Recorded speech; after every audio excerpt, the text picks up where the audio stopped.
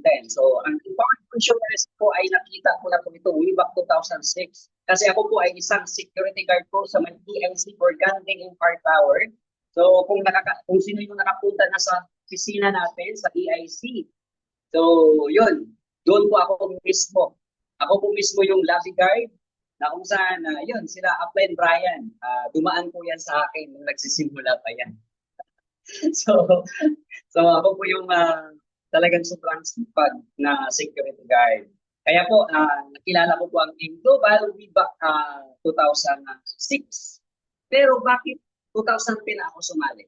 So, yun know, guys, meron talagang normal po talaga sa atin na kapag hindi po tayo open-minded, kapag sarado po yung isipan natin, normal po na hindi po talaga subukan ng isang opportunity. Tama po ba?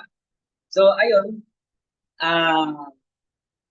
nung nung nag-duty ako sa EIC, nakita ko na po na sobrang ganda ang empowered consumerism. Sobrang ganda po talaga. Daming taong napunta, ang daming taong pumipila sa lobby, ang daming tao na umaati ng seminar, and wala akong pakidoon. Bakit? Kasi po, ang may pakialam ako, yung trabaho ko po as a security guard. Pero bakit ako nandito ngayon? At ako pa mismo ang nagiging trainer ninyo. So ako pa mismo ang nagiging speaker niyo. Simple lang. So meron akong nakita na maganda. Okay? Kasi sa loob ng 4 na taon na nakita ko po ang AIM Global na sobrang lumalaki sila. Yung mga tao na dati ay nire-recruit ako at sila po ay lagi kong sinisita. Doon po sa building, nakita ko po nagbago na ang buhay. Nakita ko po maganda na po ang buhay nila. Meron akong nakilala, isang tricycle driver na grabe. Nung nakakuha siya ng kotse niya, yung isang kaibigan niya, talon ng talon mula sa elevator, papunta doon sa may kalye. Sabi ko, anong nangyari doon? So, pagdating niya doon sa kalye, grabe nagyakapan sila. Yung isang tricycle driver pala, meron na siyang Mazda 3, meron na siyang sasakyan. Sabi ko, wow, grabe totoo kaya yan? So, story short, ang dami na pong mga nagka-resulta. And pagdating ng 2010, hindi na po mabilang yung mga kotse or yung mga tao na nagka-kotse po dito sa negosyo na to. Kaya naman, ako po, na isang security guard, binuksan ko na yung isipan ko. Sabi ko, kung yung mga tao na yan, nagawa nilang magbago ang buhay, bakit hindi ko subukan? Kaya ayun po, sumali po ako noong 2010. So, noong 2010, umatin ako ng seminar. Nakinig ako, umupo, and then naiintindihan ko. Ano nyo guys, isang beses lang ako umatin ng seminar, pero sobrang nabaliw ako. Samantalang dun sa 4 years na yon, di ba? Alam ko naman na kung paano sumali, alam ko kung paano bumili ng package, alam ko kung ano yung mga ginagawa nila, pero wala akong pakialam. Pero nung nabuksan ang isipan ko at gusto kong tingnan at gusto kong narating yung mga nakita ko na umaasenso, isang upo ko lang, baliw na baliw ako. So yun pala yun. Kapag ikaw pala, open na yung isip mo, kapag ikaw pala ay nabuksan na yung isipan mo doon sa opportunity na inaalam sa'yo, kahit hindi pa ipaliwanag sa'yo ng gusto, kahit simpleng paliwanag lang, maiintindihan mo na ang negosyo nito. So, ganun din po sa lahat ng mga nandito ngayon. So, alam ko na mayroon dito sa inyo na mga baguhan pa lang, and siguro mayroon dito sa inyo na mga hindi pa membro at nadala lang po dun sa mga nag-invite sa kanila at nandito ngayon makinig. Okay? So, open naman to. Pwede naman dito yung mga hindi membro, kaya okay lang po. So, ayun. Kung ikaw pala, open-minded ka, kahit kunting minuto lang na pag-uusapan natin ang negosyo, maiintindihan mo siya. Kaya ayun po, ginawa ko po ang negosyo. Hindi ko po ikinakahiya. Pinangutan ko po ang member ko dito.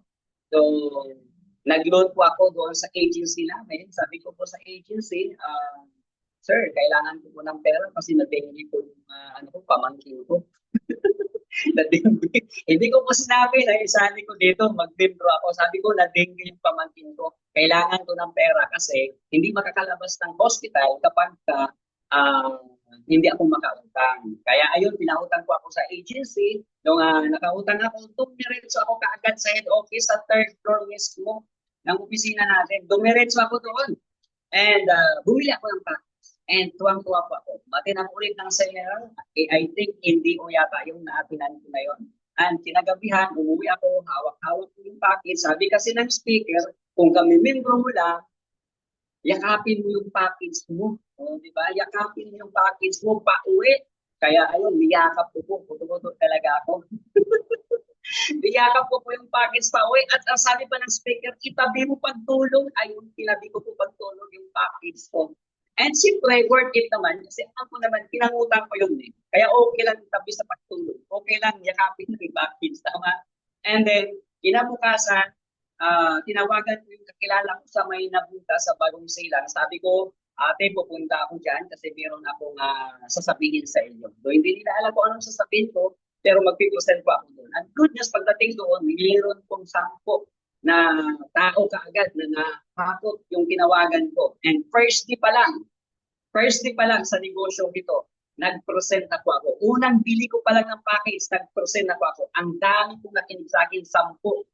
Di ba? Ang good thing ito kasi mayroon akong 2 napasali. So imagine mo yun, di ba? So first time, unang sali pa lang, nag-conduct ng seminar, and pagkatapos, may 2 akong napasali. Di ba? Ganun kaganda. So bakit ganun kabilis? Simple lang. Ako kasi madali akong madali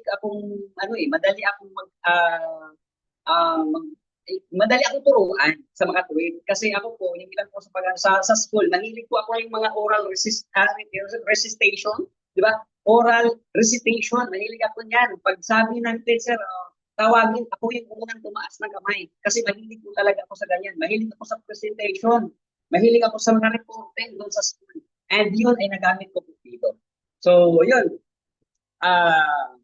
First day, meron akong 2 pay-ins, and ang good thing nito kasi tinuloy-tuloy ko ang negosyo and nakapag-decide ako na mag-resign. Sabi ko, kung meron na ako na-invite na part-time pa lang ako, edi mag-resign ako mas lalo na. Yan. So, ganun kaganda. And ang good thing nito kasi after 6 months na ginawa ko full-time ang negosyo, nabili ko yung first car ko. Wow, di ba? First car agad. Yes. Nabili ko yung first car ko and tinuloy-tuloy ko siya. Nagiging milyonaryo po ako dito sa Empowered Consumerism. Pag sinabing milyonaryo, from D1, okay, from D1 po na income mo hanggang sa ma-accumulate siya ng 1 million, ikaw po ay magiging part ng Millionaire Circle Club member po sa Empowered Consumerism. Kaya palakpakan po natin yung mga incoming awardee natin sa Empowered Consumerism, sa group natin. Meron dito, alam ko, si Patrick. So palakpakan natin. And then I think si Coach Skinner, makakahabol yan. And then si Armando Papte. And then sino pa yung marami dito ma-awardan. Okay? So palakpakan nyo naman yan kasi nag-accumulate na po sila ng 1 million since day 1 na nag-membro sila. So, ibig sabihin, lahat po kayo pwedeng magiging milyonaryo. Kung ikaw ay kumita na ngayon ng 100,000, ibig sabihin 900,000 na ang kulang mo, maging Millionaire Circle Club member ka. At sobrang napakasarap sa pakiramdam kapag ikaw ay a-awardan ng Millionaire Club member. Kasi ako, nung nakita ko yung awarding, na kung saan yung upline ko, sinapitan ko ng kulang di ba, pulang SAS, nakalagay, new Millionaire Circle. Sabi ko, wow, gusto ko yan. Kaya, dinun ko po talaga yan. And ang good thing nito kasi, na-achieve po natin yan. And, next na award ko is Elite Global Ambassador. So, nagiging Global Ambassador po ako. So, yun po yung highest position that time, yung Global Ambassador. And marami na rin po akong nagawang milyonaryo under po sa team ng United Empire International. Yun po yung team na hawak ko. Yun po yung simulan ng team way back 2010. So marami na pong nagiging millionaire. And of course, nakapag-travel na po tayo sa iba't ibang bansa. So multiple travel qualifier po tayo. And then multiple condo achiever. So may mga condo po tayo. May condo ako sa Ortigas, may condo ako sa Manhattan. So ganun po, kalupit yung resulta meron tayo. And then, of course, mga sasakyan. So, kung may unang sasakyan, may pangalawa, may pangatlo. Di ba? So, I think next year maglalabas ulit ako kasi matagal na rin ako hindi naglabas ng sasakyan eh. Ang huling labas ng sasakyan, yan po nasa spring, yung Volvo. Yan po yung huli kong labas ng sasakyan eh. So, nag-enjoy ako nag-enjoy. Kasi alam mo, aanin ko sa isip ko, aanin ko naman yung tatlong sasakyan, di ba? Tama naman, di ba? Pero by this time, baka next year, kukuha ako ulit ng sasakyan. So abangan nyo po yan. And then, syempre, naging top 8 po, top 98 po ako sa buong EC. Kung sa EC, meron pong ina-awardan na top 500, ako po ay number 98. Alright? And then, ako po yung founder ng United Empire International. Alright, so I hope na makita ninyo na ayun, yun po yung nagiging ano natin. So, pwede na pa ako magsimula. So, para bago ko simulan itong ating napakalupit na training natin ngayon, magsimula ako siyempre sa isang kwento. Alright? So, itong kwento na to, narinig ko to noong nakaraang gabi. Alam ko, pininto ni Sir Coach Hiner to eh. Diba? Pero ngayon, diba? So, ngayon, ikukwento ko lang ulit. Okay? Ikukwento ko lang ulit yung ano. Kaya, ayan. Alam niyo yung Pax and the Rabbit? Alam niyo ba yung kwento ng Pax and the Rabbit? Alright? So, one day, merong dalawang magkaibigan na Pax. Umaga pa lang, naglalaro po yung dalawang Pax. And good thing nito kasi, nag-enjoy sila nung araw na yun. But nung dumating na yung magpatanghali na, so nakaramdam sila ng gutom. Okay, so yung dalawang packs na yun. And sabi niya, friend, maghanap tayo ng makain. Ang sabi ng isang packs, yung kaibigan, sabi niya, friend, tama-tama. Meron akong nakita masarap na pagkain parating. Ang nakita pala nila, itong rabbit. So ngayon, nakita po nila ang rabbit, sabi niya, uy, tamang-tama. Pag dumaan yan dito, kakainin natin yan. At solve na tayo ang ating tanghalian. Solve na. Di ba? So, ayan.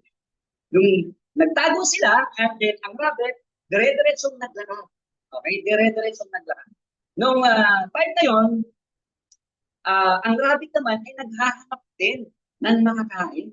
At bigla siyang nabulanta nung biglang sumulpot yung dalawang packs. At hinabol siya at bigla siyang napatalon at kumarin pa siya ng takbo at takbo siya ng napakabilis. At itong dalawang packs, hinabol siya ng hinabol and after ilang minutes, 20 minutes, 30 minutes, hindi po talaga nahabol ang rabbit.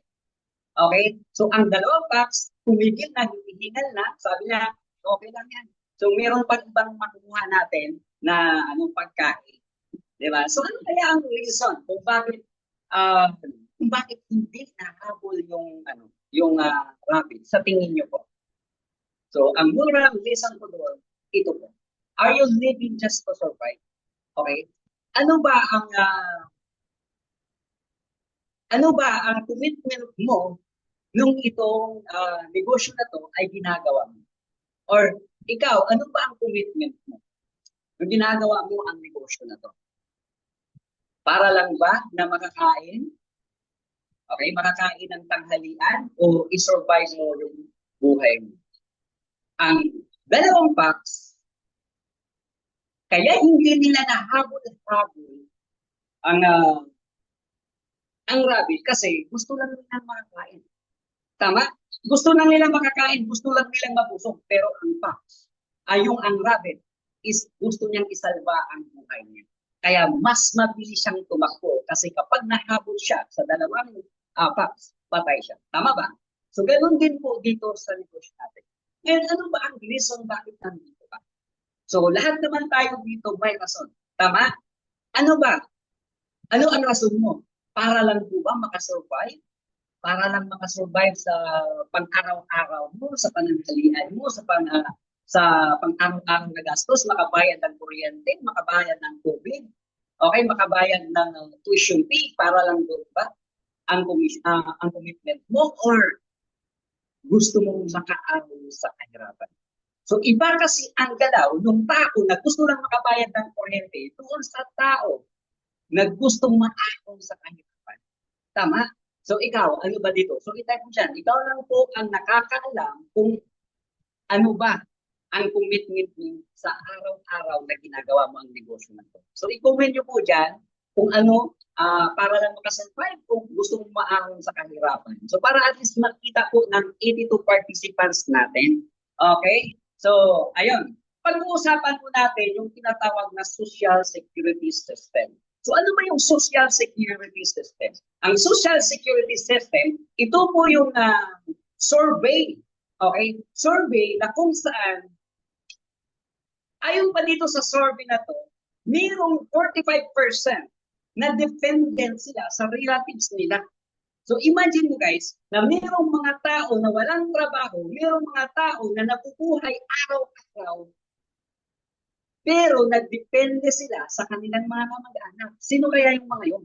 So kung ikaw, nagtatrabaho ka at hindi ikaw, yung mga kalapit-bingit, hindi ka kasali dito. Pero kung ikaw, walang trabaho at naghihintay ka lang sa sweldo ng kakilala mo or kamag-anak mo, kasama ka dito sa financial independent, dependent. So kasama ka dito sa 45%. Ito ba? Meron pong 30%. Ang 30% po is sila po yung dependent on charity. So yung mga nanghihingi, marami po. Tama? So sa kalye, maraming nanghihingi dyan. 30, kasama sa 30% at hindi lang yan. And then sa hospital, di ba? Maraming nanghihingi dyan at hindi lang yan. Nagrarally yan sa Malacanang. So kasama po sila sa 30% sa ating uh, sa ating lipunan. Di ba? So, saan ka dyan? Kasama ka ba dyan? Sa 30% or nandito ka sa 23%? So, ang 23% daw, ito po yung still working. So, sila po yung nagtatrabaho para sa pamilya nila. So, kasama ka ba dyan? So, ito yung pinaka-simple example, yung mga kaibigan natin na mga OFW na nandiyan ngayon sa ibang bansa. Sila po ito. Sila po itong mga nagtatrabaho or yung mga empleyado araw-araw na nandyan po nandito sa Pilipinas na pumapasok po yan 8 hours a day. Alas 5 pa lang ng umaga or alas 4 pa lang ng umaga, nag-ano na yan, naghahanda na yan para sa kanilang pasok ng alas 7. Tama po ba? So, ayun po. So, 23% po sila. And, meron pong 2%. Yan. Sino po yung 2%? Ang 2%, sila po yung financial independent. Financial independent. So, sino yung mga yan? Siyempre, sila yung mga hindi na nagtatrabaho pero kumikita pa rin ng pera. Alright, so yan po yung Social Security System Survey. So ngayon, saan ka ba dyan nabilog? So, malalaman mo yan, hindi ko alam yan kung saan ka dyan. Ikaw mismo sa sarili mo, alam mo kung saan ka dyan. Kaya i-type mo po kung saan ka. Sa 45%? Or nabilong ka ba sa 30%? Or nabilong ka sa 23%? Or nabilong ka sa 2%? Okay, sige, i-type mo dyan. Excited pa akong makita yan. Excited na rin po yung mga ano natin, yung mga ibang mga participants na mga kasama mo kung saan sila nabilong. Wow, sa 23% daw si MG Galyogo. Yan. Tama ba? Oh. Yan, si Shane sa 23%. O, sino pa? Yung mga nabilong sa 20%, si Linda. Oh, Leonora. Yan, sa 23%. Si Orlando sa 23%. Si Australia sa 23%. Oh, meron si Maritis. Wow, nasa 2%. Wow, grabe. Palakpakan naman natin yan. Yan yung natutulog na kumikita pa rin. Grabe palakpakan natin. Meron pala tayong big time na nakasama dito. Sige po, tuloy-tuloy nyo lang po. Tuloy-tuloy nyo lang po yung pag-type dyan para at least makita at ma-inspire po yung mga karamihan naman na nandito. Okay? So, palakpakan naman natin yung nabilong sa 2%. Grabe yun. So, ayun.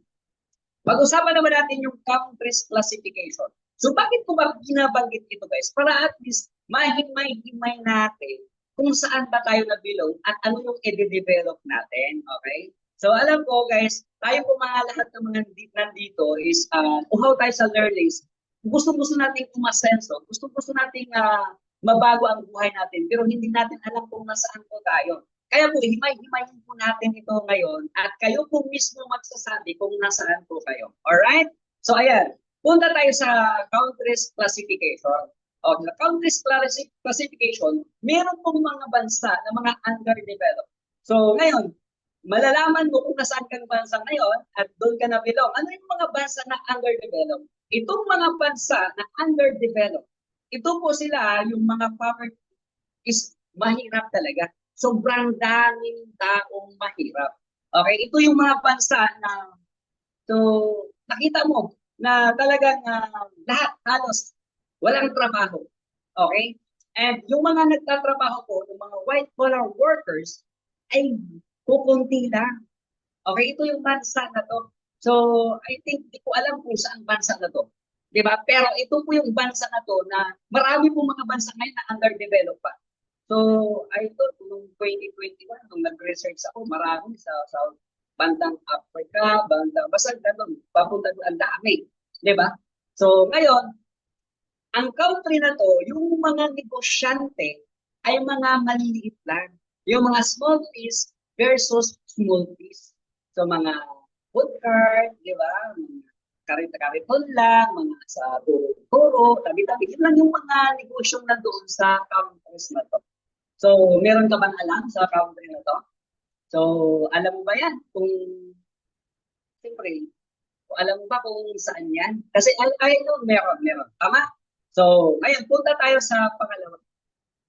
Ito naman yung tinatawag na developing country.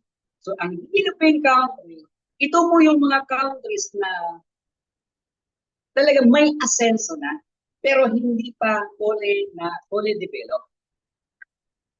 Ito po yung countries na kung saan the nation is still making in progress, it requires good amount of capital. So ito po yung mga countries na yung mga presidente or mga prime minister nila is talagang kustusan yung paghihikayat ng mga investor sa iba't ibang bansa para mag-put up ng capital para magtayo ng negosyo doon sa bansa na yan. So yan po yung developing country. So alam niyo yan. At din ang mga negosyante po sa ano na to, sa ito, sa bansa na to ay mga small piece versus big piece. May mga maliliit na negosyante at mayroon din po mga malalaking negosyante. So, napakahirap po magnegosyo sa country na to, sa bansang ito, kapag ikaw ay magtayo ng negosyo, ay nako, kapag maliit ang negosyo mo, lalamunin ka ng mga malalaking negosyante or malalaking negosyo. So, guys, meron akong kilala na isa siyang businessman, pero hindi ganoon ka laking businessman. So, tamang-tama lang ng businessman. Meron siyang nagtayo siya ng pharmacy. Yan. Yung pharmacy niya, doon sa lugar, nag-iisa lang doon sa lugar nila. And ang good thing nito kasi very successful po yung pharmacy niya. Imagine na lumaki yung pharmacy niya. So ang daming taong nabili, but yung lahat ng mga may sakit doon nabili. So talagang kumita at yung mama nakabili ng bahay, nakabili ng sasakyan, nakabili ng mga lupa, at marami pang nabili ng mga properties or mga investment yung kaibigan ko ngayon. But sad to say, after a year, ilang years na nakalipas, ito po ay naispatan. Nakita po to ng isang dambuhalang drugstore na kung tawagin natin, may mababasa ka dyan eh, gamot ay laging bago. Biglang tumapat ngayon doon sa pharmacy niya. Ngayon, ikaw tatanungin ko, kung ikaw may sakit, may karamdaman ka, saan ka bibili? Doon sa ordinaryong pharmacy or doon ka bibili sa gamot ay laging bago? Sige po, saan po? Siyempre doon ka sa gamot ay laging bago. Tama? Ngayon, ang nangyari po doon sa pharmacy niya is nag-collapse. Nag-close. Nawala po yung pharmacy niya. And siyempre, bagsak ang negosyo. So, ganun po. Yan, sabi ni Naipa, sa laging bago, siyempre, doon ka bibili. So, bagsak po ang negosyo niya. So, yun po ang mahirap kapag ikaw ay magsimulang magnegosyo sa ganitong bansa. Di ba? Sa ganitong bansa, napakahirap po. Kasi lalamuin po yan. So, even ikaw, ibigyan kita ng basic example. Even ikaw, masarap ka magluto ng spaghetti. Ang spaghetti, napakasimple ng lutuin yan. At alam ko na marami dito sa atin na magaling magluto ng spaghetti. Tama ba? So, ang dami po. So, pwede kang magtayo. Tama? Ng spaghetti house. Pwede mong gagawin yun. But, if one day, merong magtayo na sikat sa spaghetti, yung bubuyog na pula ng masaya. Alam mo yon, may nakakakilala ba sa bubuyog na pula ng masaya? Grabe yan. Grabe yan mag-endorse ng spaghetti nila. Masarap ang spaghetti nila. Mga kabataan, nandun kumakain lahat. Halos, kapag nakita yan, ang mga bata, halos hindi yan, hindi na yan makalingon sa iba pa kapag nakita yung bubuyog na pula ng masaya. Yan, sinabi ni Orlando. Tama? Ngayon, kahit gaano mo kasarap magluto ng spaghetti, kung ikaw ay small time, lalamunin ka sa isang dambuhalang bubuyog na pula. Tama ba? So, yun po yun. Ganun po kahirap magtayo ng negosyo sa developing country. Sa countries na patuloy yung progress, pero nagsisulputan na ang mga malalaking negosyante. Alright, so punta naman tayo sa developed country. Itong developed country, ito na yung talagang wala ka na makikita squatters dito. Okay, developed country. Talagang makikita mo mga building, mga infrastructure, nandun na lahat. So, siguro sa first world, okay, first world country like US. And sa Hong Kong, nakita ko, wala akong squatters sa Hong Kong. Ang Hong Kong ay kasama sa first world. Tama? So, yan po ay developed country na. So, alam mo ba sa Hong Kong, pag pupunta ka, yung mga tao, mga empleyado na lahat ng mga nandoon, hindi po sa squatters na nakatira, hindi po sa tabi-tabi nakatira, nakakondominium po ang lahat po ng mga tao nagtatrabaho doon. Yung mga white-collar workers po sa Hong Kong, talagang nakakonto po yan. Mga subdivision makikita. Kaya makasasabi natin na itong country na to is a developed country. And ang mga middle class, okay, marami dito mga middle class worker, so meron silang mga sariling bahay. Okay? And ang mga negosyong nagtatayo dito is mga big fish and versus big fish. So, yan po yung mga negosyanteng nandyan sa country na yan. At kapag ikaw ay mabilong sa country na yan, kung ikaw ay mag-isip na magtayo ng negosyo, hindi ka pwedeng small time ka. Okay? Hindi ka pwedeng mahina yung negosyo mo kasi lahat mo doon halos mahal ang cost of living or yung overhead sobrang mahal. Kaya hindi ka pwede kapag kakulang as capital kapag nasa developed country ka na. Alright, ngayon guys, tatanungin ko kayo. Siyempre, ang Pilipinas, saan po ba ito nabilong? Sa underdeveloped, sa developing country, or sa developed country? Yan. So, alam naman natin yan. I think, ako na ang sumagot, di ba? Sa akin lang din, opinion nasa developing country. Meron tayong mga big business. Di ba? Mga franchising business. Di ba? Mga like 7-Eleven, franchise business. Yan, McDonald's. Di ba? Jollibee. Di ba? Yan, mga underdeveloped. Yan. Sabi ni Apex Emin, and underdeveloped daw ang Pilipinas. Malamang pwede rin. Di ba? Pwede rin. Di ba? So, yan. And then, next, pag-usapan natin, yan, pag-usapan natin yung taon. Ilang taon ba ginugol natin sa pag-aaral? Right? Pag-usapan po natin. You're in school. Okay. Ilang taon ba sa preschool? Or pre-kinder? Ilang taon? So, siyempre, kapag ikaw ay nanay, ikaw ay tatay, ikaw ay magulang. So ang iniisip po is pag edad ng 3 years old sa anak mo, kailangan ipasok mo yan sa nursery. Di ba? Tama ba? Nursery. And after nursery, papasok sa daycare 1 at daycare 2. So it means, sa preschool is dumaan tayo sa 3 taon po tayo. Tama? So 3 taon po tayo dyan sa preschool or sa pre-kinder. Alright? So next is yung K-12. So ilang taon ba yung K-12? Siyempre 12. Tama ba? 12 years from grade 1 to grade 12.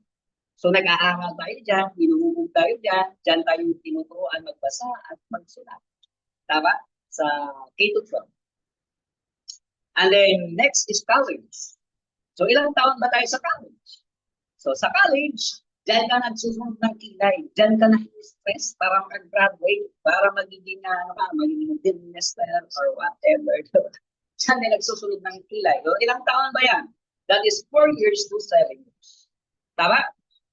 So imagine mo guys, mula nung bata ka pa, mula nung 3 years old ka, hanggang mag-graduate ka sa school. So ilang taon po yan? That is 19 to 22 years. Alright?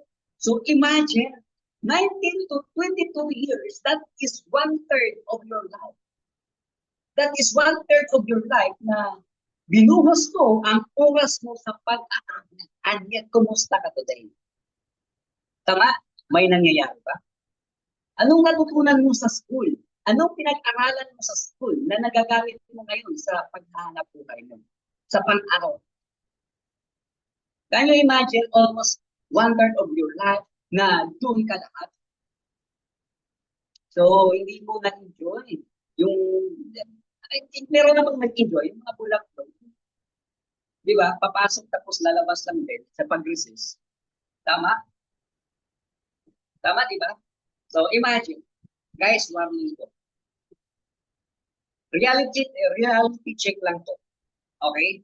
We finished in school to secure a job. Yes, totoo yun. But didn't learn about financial literacy to attain our real security. So yun po yung katotohanan. Na-imagine mo to, na nag-aral ka halos 1/3 sa buhay mo. Pero hindi ka man lang tinuruan sa school maging financially or di ka tinuruan about financial literacy. Tama? You know guys, the financial illiterate is the root of our financial struggle. So ito po yung risk kung bakit tayo ay mahirap. Okay, kung ikaw ngayon ay nagiging hirap kasi hindi mo kasi alam yung financial literacy. Okay, hindi mo alam kung paano i-manage yung pera mo or paano kumita ng pera kasi nga hindi naman talaga tayo tinuturo sa school, sa haba-haba ng pag-aaral natin, hindi talaga tinuro doon na magiging financially free tayo. Tama? So, halos kadalasan or halos karamihan ng mga kababayan natin, guys, financial illiterate. That's why mahirap.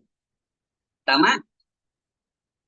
Most people are professional literate but financially illiterate. Yan. Isa pa to. Di ba? Pag nakagraduate sa college, yeah, I'm college graduate. Parang ganun. Pag kinausap mo, taas ang balikat. Chris out. I'm a college graduate. Marami tayong makausap na ganyan. Tama? Pero, financially illiterate. Hindi alam kung paano i-manage ang kapirahan. Tama? Bakit? Kasi hindi naman talaga tinuturo sa school yan. Hindi naman talaga tinuturo sa school yan. Ayan po, computin po natin. So kapag ikaw ay nagtatrabaho, after mong graduate, Nasa school ka is 19 to 22 years. So 22 years plus 3 years nung una mo, pag pinanganak ka, 3 years din yun. So mga 25 years old. Pag nung graduate ka na, 25 years old, na nakatapos ka talaga ng pag-aaral sa college, nagsimula ka magtrabaho, mag-retire ka ng 65 years old. Okay? Imagine mo to guys. 22 years sa school, 1/3 of your life na binuhos mo. And working for others for 43 years. That is 2/3 of your life. So imagine mo to. Pumunta ka sa school, nagtrabaho, or nag-aaral para matuto almost 1/3 of your life, and nagtrabaho ka 2/3 of your life. Bininta mo yung oras mo sa ibang tao. Tama? Kasi nga, halos kadalasan 40 years tayo magtatrabaho or 42 years. So imagine mo. Okay? Ito yung malupit. People work their lives for somebody and eat up savings with retirement free. So imagine mo to guys. Pag lumabas ka sa school, wala ka ibang gagawin kundi maghanap ng trabaho. Sa buong buhay, maghanap ng trabaho and eat up saving natin. Di ba? Kapag nag-retire ka na, doon mo malalaman na wala man ang ipon. Totoo. Yes, totoo. Yun po yung reality na nangyayari sa atin ngayon. Tama? Formal education will make you a living. Self-education will make you a fortune. So, sabihin niya, hindi naman pala kailangan na mag-aral ka na mag-aral para magkaroon ka ng financial free. Kundi kailangan mo lang ng self-education. So, ibig sabihin, mag-trial and error ka doon sa career na gusto mo, doon sa skills na gusto mo.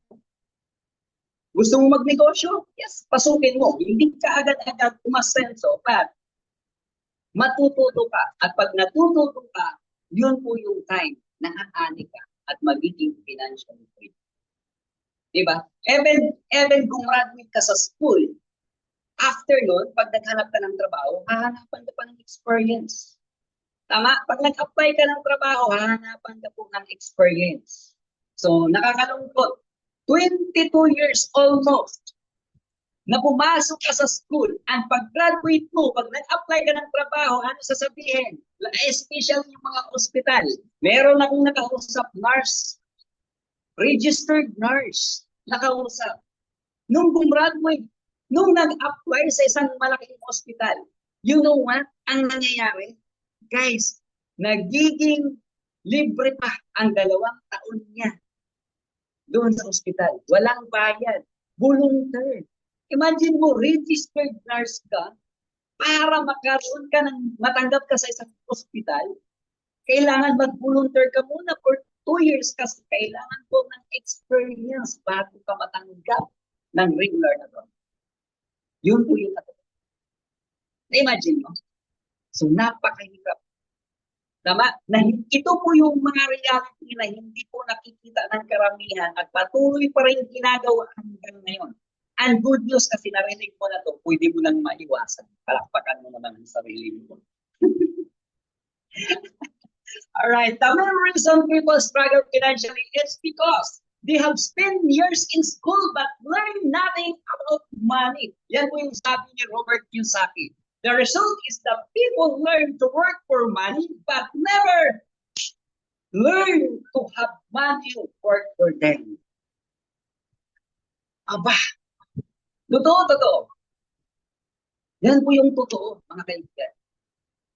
Tama? Tama o tama?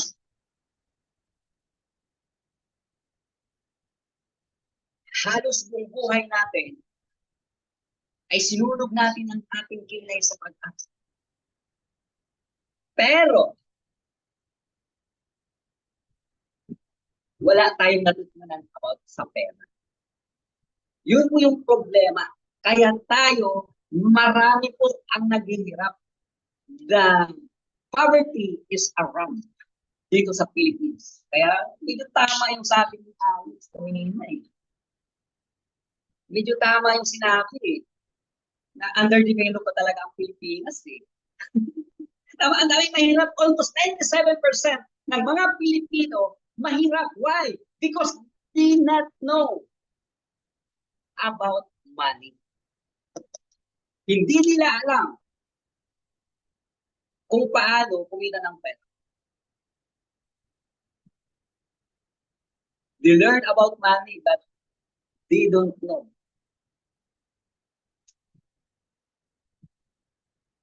to do the money work for them. Tama? So hindi nila alam kung paano gagamitin ang pera. Hindi nila isip o hindi nila pinag-aaralan na ang pera, yun na yung magtatrabaho para sa kanila. Agree, disagree? Agree, of course. Tama?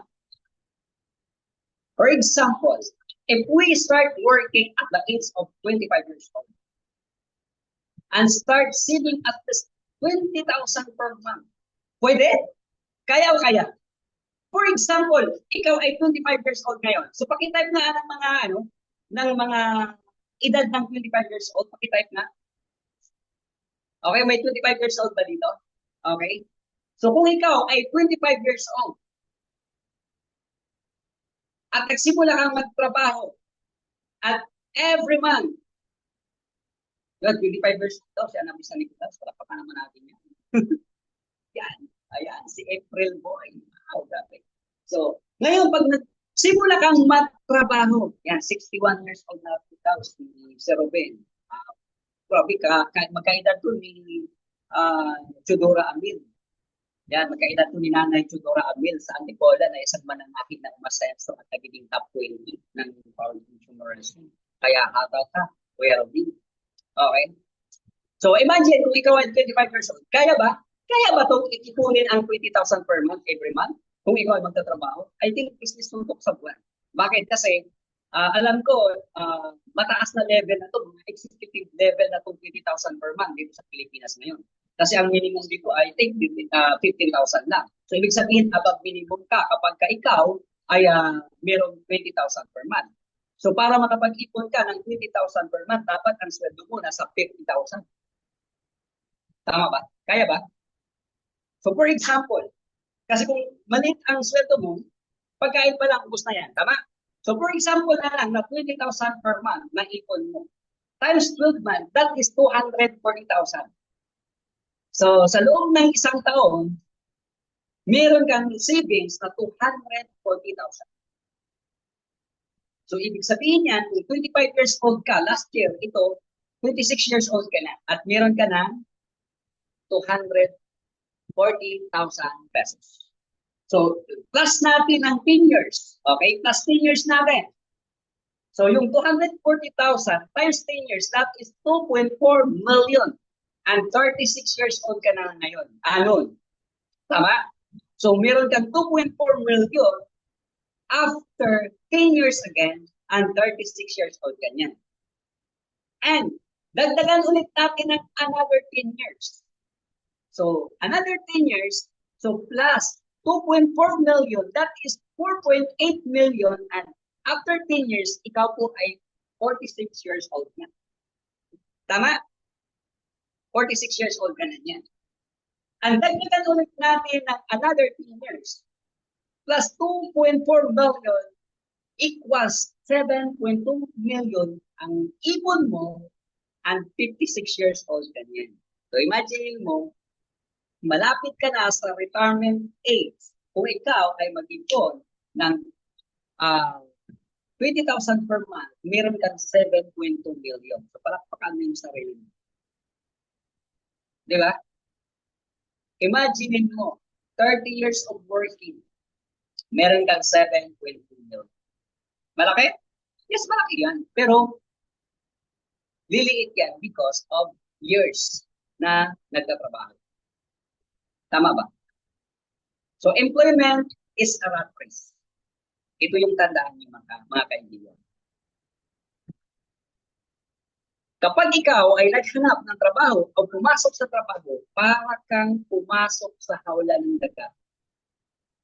Na kung saan, kahit anong takbo mo, umiikot-ikot lang yung rat race at hindi ka makaalis kung nasaan ka naman naroon. Tama?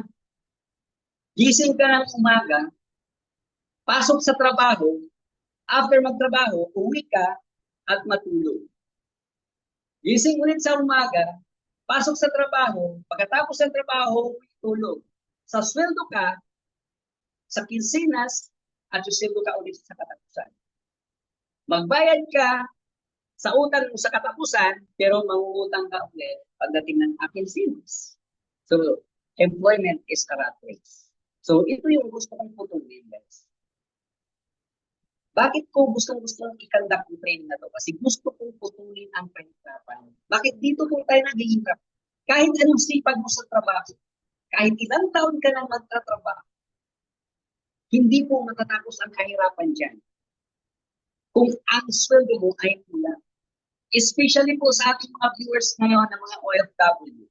Imagine nyo, 2 years na kontrata, tinapos mo. After 2 years, umuwi ka sa Pilipinas. Pag uwi sa Pilipinas, 3 months to 5 months pa lang, wala ka nang ipon at babalik ka ulit sa abroad. Rat race. Tama ba? Paulit-ulit, paikot-ikot, ikot ang buhay mo na wala man lang nagbabago hanggang mag-retire ka. So I thought si Kuya Robin, magre-retire na to kasi 61 years. Tama? Kaya sa mga nandito, na mga bata pa, may pagkakataon ka pa, tulungan niyo ako na putulin ang sumpa na ito. Alright? So, pag-uusapan natin yung material wealth. Kasi alam ko marami ding mga mayaman. Tama? What is the material wealth?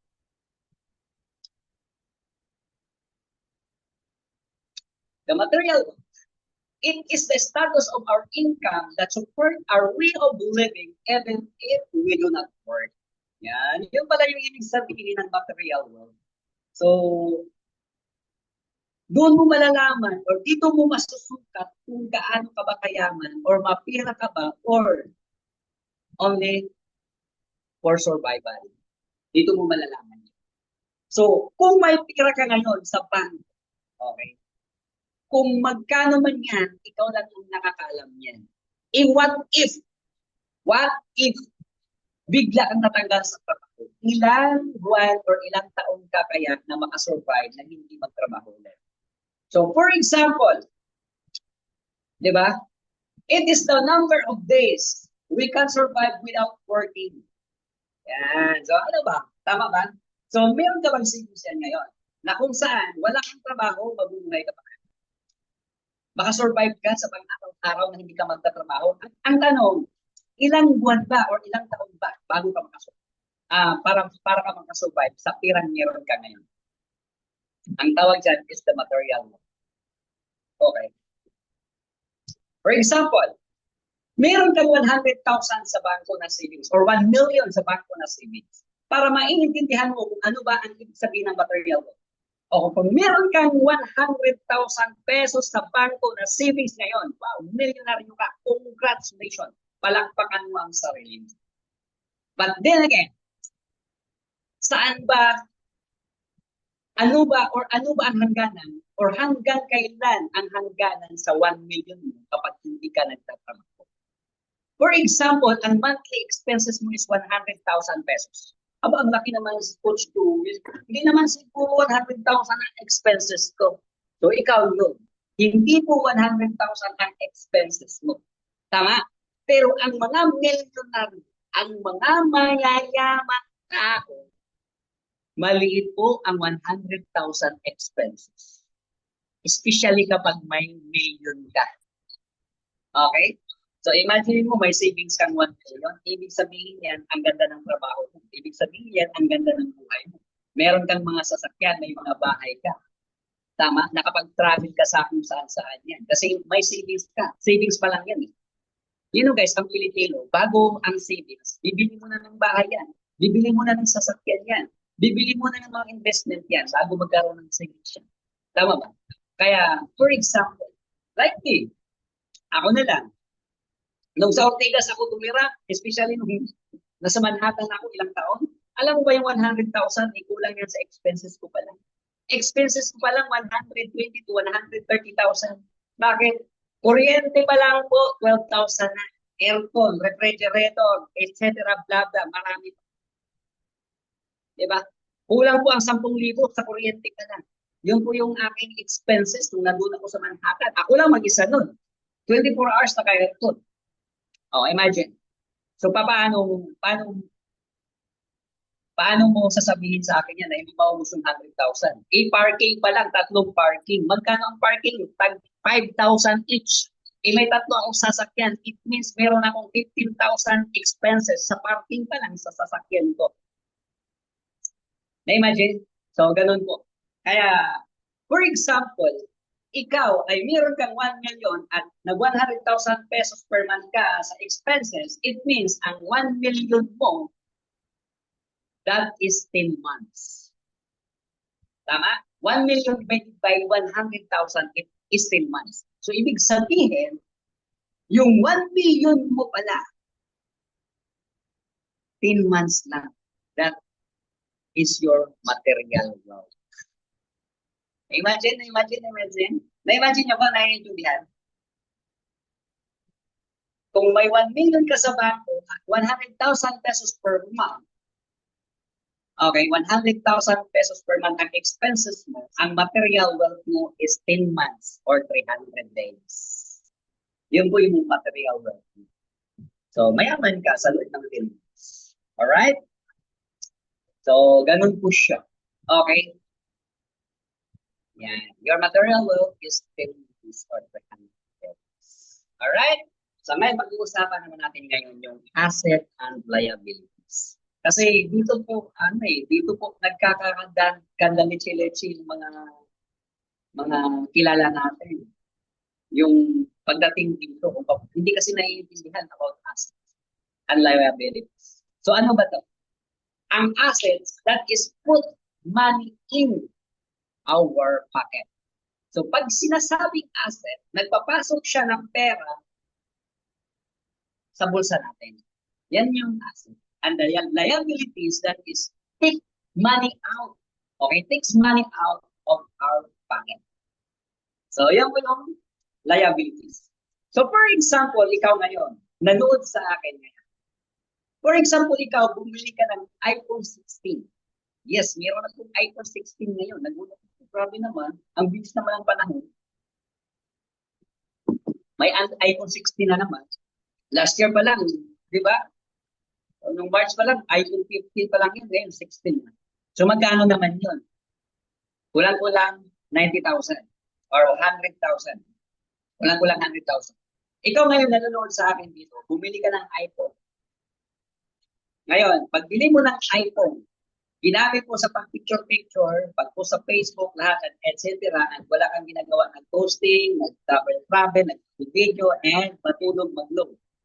Ang tawag doon is liabilities. Liability. Gumastos ka, bili ka ng iPhone 16. Okay? Pagbili mo ng iPhone 16, ginamit mo lang yung iPhone 16 for picture, for bongga-bongga sa mga co-worker mo na may iPhone ka, and that's it. Hindi mo ginamit sa pagkakapirahan, ang tawag doon is liability.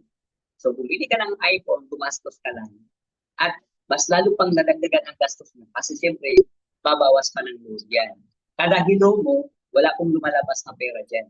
Kundi, bawat hilo mo, 100 po ang load dyan.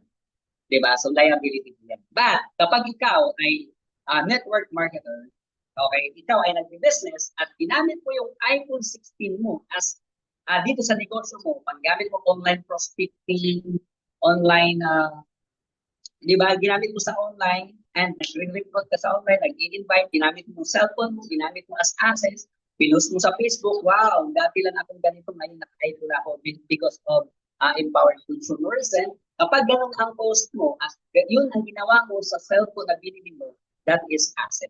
So, ibig sabihin, pag naglabas ka ng pera, iisipin mo muna kung saan mo pala gagamitin. Di ba? So, hindi basta-basta lalabas ka ng pera. Hindi pwede, hindi basta-basta na bibili ka ng mga gamit na kung saan hindi mo naman alam kung saan gagamitin. Kasi kapag hindi mo alam, magiging gastos po siya. Okay, katulad ko, isang network marketer, di ba? Bumili ako ng sasakyan. Sa tingin mo, that is asset or liability? I-type mo nga dyan. Bumili ako ng tatlong sasakyan. Ano yung asset, liability? Sa tingin mo kaya? Sige nga, gusto ko makita kung ano yung tingin nyo. Tatlong sasakyan ko. Okay. Asset, sabi ni Ricky. Liability, sabi ni Leonor. So, dalawang para ng isang senaryo. So, ako, liability, sabi ni Shane. Yan. Tatlong sasakyan ba naman? Liability. Tama? So, kaya doon yung links. So, yun na guys. Kaya po ako bumili ng sasakyan on my first year. Okay? Because gusto ko may magamit ako sa pag-network. In short, yung first car ko is ginamit ko yun sa network ko sa pag-OPP kung saan lugar. Nakakotse ako papunta sa Angulo. Nakakotse ako papunta sa Taytay. Nag-OPP ako doon. Nakakotse ako papuntang Laguna. Nakakotse ako papuntang Bulacan. Nakakotse ako umikot sa Metro Manila. Ang coaching binili ko ay ginamit ko po sa network ko at kumita po ako ng malaki, nakabili ako ng condominium at nakabili ulit ng panibagong kotse. Ngayon guys, i-type mo dyan. Yung una kong kotse, asset o liability? Liability. Asset. So nagiging asset na. Tama? Yes, asset po siya. Hindi po siya gastos. Kasi mas dumami at lumaki ang network ko nung bumili ako ng sasakyan. Nung bumili ako ng kondo, mas lalong dumami ang network ko kasi maraming na-inspire sa akin na isang security guard nagkaroon ng condominium. So yung kondo ko nagiging asset. Yung pang-second card ko na Ford Explorer, mas lalong dumadaming na-inspire at marami akong napupuntahan at kumita ako ng milyon at nakabili ulit ng panibagong sasakyan. So it means, yung sasakyan ko na nabili ko ay asset ko yun. So hindi ko siya binili para gastos. Pero sa kabilang banda, sa ibang tao, pwedeng magiging liability. Hindi siya magiging gastos. Kung ikaw ay isang empleyado, hindi ka networker, hindi ka network marketer, pagbili mo ng sasakyan, that is gastos. Bakit? Wala kang magiging network. Magiging service mo lang papunta sa church. Magiging service mo lang papunta sa school or magiging service mo lang siya papunta sa trabaho, pero hindi lumalaki ang income mo kasi naka-fixed income ka, kasi nasa employment ka na. So that is liability. Tama? Kaya maraming mga empleyado, mga kapitbahay natin, di ba? May mga sasakyan. Pero ang sasakyan, ayun, nakatambay lang sa parking. Tapos, lalabas lang siguro once a month. Bakit? Kasi gastos eh. Paglabas pa lang, gasolina mo. Tama ba? So, gastos siya. Kasi pag pumasok ka sa trabaho, magta-traffic ka, magagasolina ka. Di ba? So, iiwan na lang yung kotse sa bahay. So, bumili ng kotse para lang ilagay sa parking, gastos po yun, liability po yun.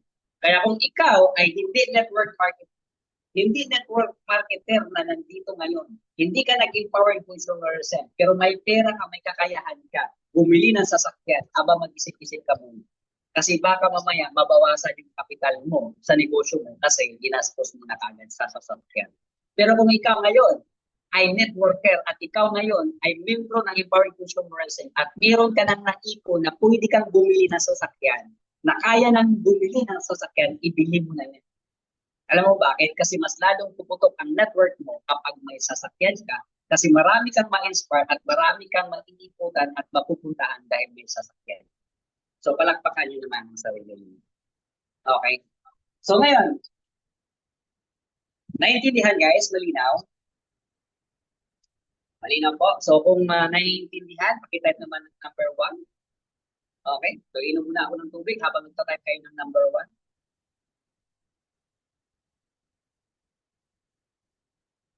Congratulations po. Sobrang active natin ng mga participants. Wow. Yan. So, naiintindihan. So, ibig sabihin, magiging ano na to, magiging financially free or magiging ano na to, financial literacy expert na itong mga to after ng training natin. So, ngayon, pag-usapan natin yung economic trend. Trending. So, ano ba yung unang trending sa economics natin? Ang una pong trending way back decades. Di ba? Way back decades. Mga panahon ng lulu at lola natin or mga lulu at lulu mga ninuno natin, ang trending po para kumita ng pera is agricultural age.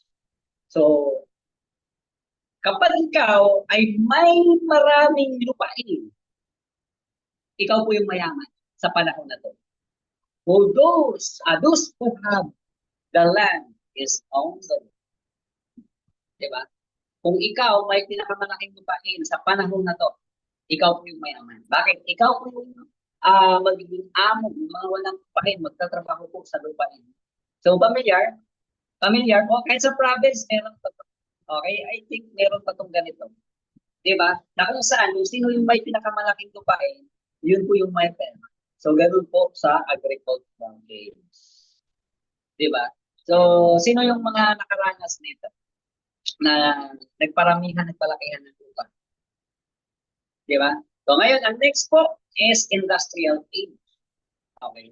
So, imagine guys, merong evolution ang economic trend natin. Kaya dapat tayo aware. Dapat magiging aware tayo dito para at least makasabay tayo. Dito po sa agricultural age, kung bibili ka ng malaking lupain ngayon, hindi ka na po yayaman dyan. Huli ka na po, napag-iwanan ka na po dyan, napaglipasan ka na. Kaya kung may pera ka, I would highly suggest na hindi mo ibili ng maraming lupain. O hindi kang bumili ng pangilan-ilan, pero wag mong ipuros ang pera mo dyan kasi napag-iwanan ka na. Hindi mo na mahabol si Manny Villar. Si Manny Villar na galing sa norte papuntang south, maraming lupa. Sino si Manny Villar? Siya po ang number 1 billionaire po dito po sa Pilipinas. O, di ba? Siya po yung nakauna dyan sa agricultural age na yun. Kaya kung hahabulin mo si Manny Villar, suntok sa buwan. Kaya hindi ka na pwede talaga dyan. Wala ka ng lugar dyan sa agricultural age. So, dito kaya sa industrial age, meron ka kayang lugar dito. Sa industrial age, those who have the machinery on the world. Yan. Kung meron kang mga machineries, ano ba yon? Mga factory. Di ba? Ito sa industry na to, yung merong mga machineries, merong kumpanya, okay, na mga nag-factor, ang manufacturing company, mga ganun. Ito yun. Sila po yung mga himay. Tama? Ang dami pong yumaman po sa era na to. Sobrang dami yumaman. But ang tanong, kapag ikaw ba magtayo ng mga factory or machineries nowadays, ang tanong, yayaman ka pa kaya? Napag-iwanan ka na. Di ba? Hindi mo na kaya. Maniwala ka sa akin. Meron nang nauna dyan at hindi para sa ating. Tama? So ano ba yung meron at pwede nating sabay? Ito po, dito ka dapat sumabay. Dito ka dapat sumabay. Information age. Okay. Ngayong panahon na to, this is an era of information age. Na kapag ikaw ay sumabay, yayaman ka. Bakit? Kasi pag sinabing information age, parang sa internet, social media influencer. Nagbigay ka ng impormasyon sa lahat ng mga clients mo tungkol sa negosyo. Guys, you own the world. Yun yung totoo. Yun yung katotohanan. Tama? Ngayon, taas ang kamay ng may cellphone. Kung ikaw may cellphone, That is a source of information na kung saan pwede kang yumaman. Imagine mo. Okay, sino yung yumaman na dito sa information tools? Those who have the right ideas and information and network on the way. O, sino yon? Sino yung mga tao na yun? Number one, trending, si Elon Musk. Si Elon Musk, that is the founder and CEO sa mga sa Pag-asa, di ba? Sa ano ba yan? Sa mga astronaut. Di ba? Meron siyang kumpanya sa NASA, di ba? So that is the information. Siya yung nag-gather ng mga information, sila po ay mga scientists. Okay? Na gustong pumunta sa Mars. Yan. Alam mo ba na by prediction meron akong vlog na napanood na prediction po 2050, 2050. Posible na meron ng taong titira sa Mars. Diba? Mga ano na to, internet na ang tumatakbo niyan. Diba? Sino pa? Warren Buffett. Meron silang mga idea, okay, ideas na kung saan nagamit nila and pinakalat sa social media, the network, the Microsoft, di ba? And sila po ang mga yuman. And ang good thing dito, kasi information age na tayo ngayon at ikaw nakasabay, pwede kang sumabay. Okay? Kung ikaw meron pong smartphone, hawak mo, ilan yung cellphone mo na touchscreen, may camera, magpe-Facebook ka. Guys, sabi po ni Albert Einstein, pwede kang yumaman at the tip of your finger. Kapag may cellphone ka, hawak, di ba? Hawakan mo yung cellphone mo. Pwede kang makapag-recruit. Habang nasa trabaho ka, kahit nasa bahay ka, pwede mo ma-offer ang business offer mo. Tama? So, ganun po kaganda sa information age. Pwede tayong sumunod. And ang good news niyan, pwede ang empowered consumerism. Isa na tayo doon na nakasabay sa information age. Marami na pong mga network marketer na yumaman because of this system. Imagine mo may mga vlogger, mga ideas, di ba? Kung ano-anong content ang ginawa nila. Yumaman, like, di ba, si Diwata, si Rosmar Tan, yung mga magkapatid na kapintin or mga sibunta, yan, di ba? Sinabayan nila, information age, ang tanong, mga big time ba yung mga tao na yon? Mga professional ba ang mga tao na yon? Hindi. Halata namang mahirap. Like yung BMAC TV, galing probinsya. Halos na hindi makarunong magbasa at magsulat, di ba? Pero bakit yumaman? Kasi nakasabay po sila sa information age. Tama? Kaya ngayon po, guys, may pagkakataon kang baguhin ang buhay mo of this era. Kaya sabayan nyo na po. Okay, sumabay po kayo. Huwag po kayong magpatumpik-tumpik pa. Alam mo, mayroong magandang sistema para kumita ka, para gagawin, at hawak mo lang ang tools mo. Hawak mo lang yung tools mo. Cellphone lang ang tools mo. Hindi na computer. Hindi na kailangan katulad dati computer eh. Ngayon, cellphone na lang. Pwede ka rin kumita. Di ba? Yun po yun. Are you learning? Are you learning? Okay? Kung meron kayong natutunan, pakitype naman dyan ng number 1. Yan. So, for update and install. So, ganun kaganda po yung economic framework. Alright? So, yun, pag-uusapan natin yung tinawag na cash flow quadrant. So, gusto kong maintindihan ng karamihan kung bakit kulang ka ngayon sa pinasyon. Okay?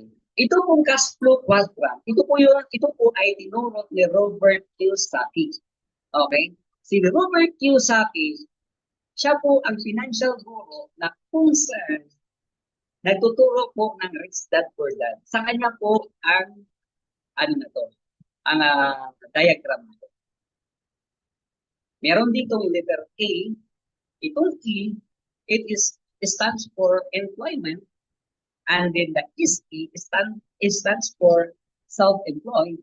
And the letter B stands for business. And the letter I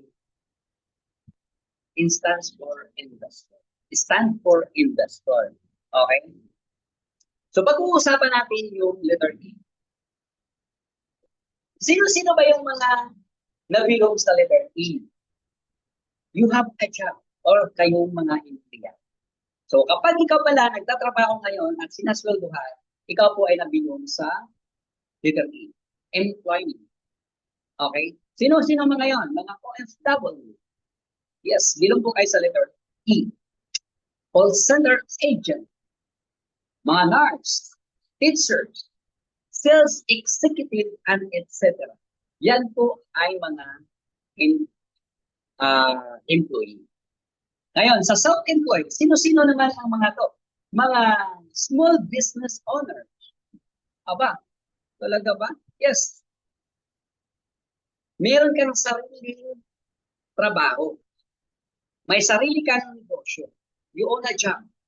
So, ikaw nagpasweldo sa sarili mo, ikaw din ang nagtatrabaho.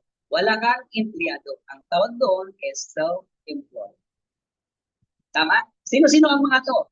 Example, yung doctors. Merong sariling clinic. Hindi siya sinisuluhan, pero pag pumasok ka sa clinic niya, kikita siya. Pag pumasok ka doon sa OB or sa dental clinic, kikita po yung doctor. Tama? And lawyer. Kung meron siyang sariling law firm, so wala siyang sweldo, hindi siya nagtatrabaho sa ibang tao, pero meron siyang law firm, meron siyang opisina kung saan kapag pumasok ka doon, kikita siya sa'yo. So, ibig sabihin, kikita siya kapag magtatrabaho siya. Self-employed. Mga engineer, sari-sari store. A sari-sari store ay belong sa self-employed? Yes. Kapag ang sari-sari store mo ay wala ka, sinasarado mo ang sari-sari store mo. So it means kung hindi mo babantayan ang sari-sari store mo, wala kang kita. That is self-employed. So kapag ang sari-sari store mo, nandyan ka, kikita ka. Pag binuksan mo ang sari-sari store mo, kikita ka. Pero kapag isarado mo, wala kang kita. So self-employed. Direct selling. Yan, yung mga nagbenta-benta. Kapag may benta, may kita. Kapag walang benta, walang kita, at minsan hindi na kayo magkita-kita. Diba? Kasi wala nang pera. Diba? So, yan yung nabilong sa self-employed. So, sa self-employed or sa employee, this is no work, no pay. Kapag wala kang trabaho, wala kang kita. Tama ba? Kung ikaw ay wala ng trabaho, ay hindi na pumasok sa trabaho, may kita ka wala? Wala. Tama ba? So, no work, no pay. Dito sa self-employed, this is the law of singleness. Law of singleness, it means, kapag nagtatrabaho kang mag-isa lang sa negosyo, wala kang katuwang. May empleyado ka siguro, pakundi-konti lang, but ikaw pa rin ang namamahala. Yung empleyado mo, mag-assist lang ng mga papers. Diba? Mag-assist lang ng mga applicant or mag-assist lang ng customers. Pero kapag wala ka, walang patawagin ang empleyado kasi ikaw yung professional. Okay? Di naman pwede na yung tagabantay mo ng mga nagpapacheck up, yung mag-check up kapag wala ka. So kapag wala ka, kapag wala ang doktor, wala kang kita. So ganyan po yun.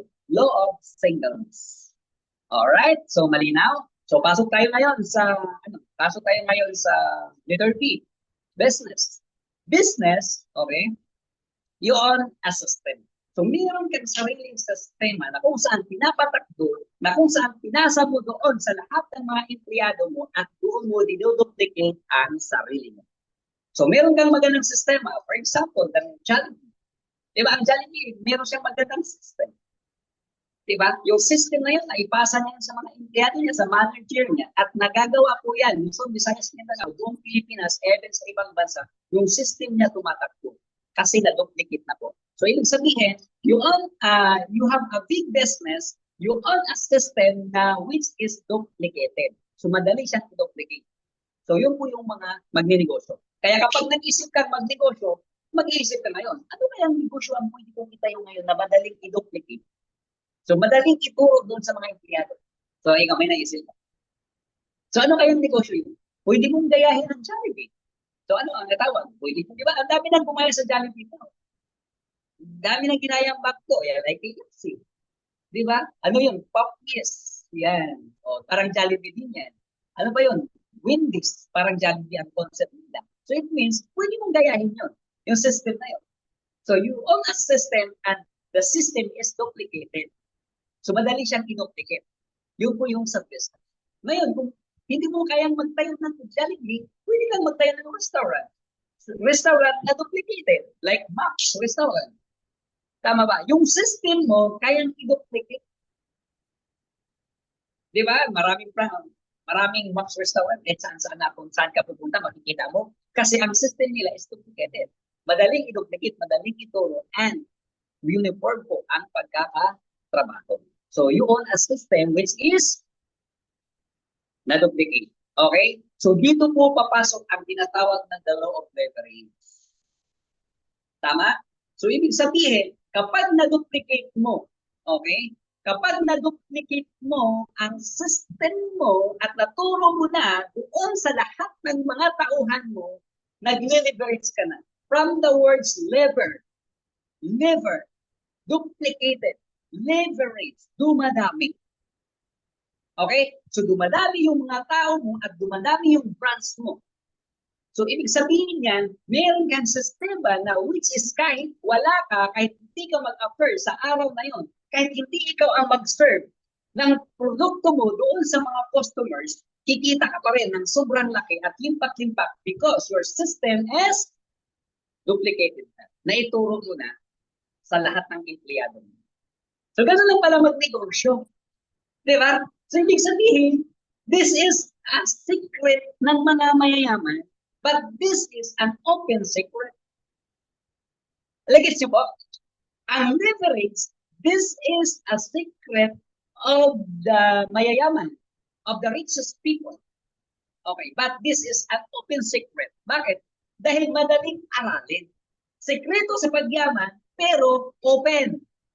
Nagets? Ibig sabihin, pwede mong gayahin. So, ano ba ang ibig sabihin ng leverage? This is a multiplication of time and effort through other people.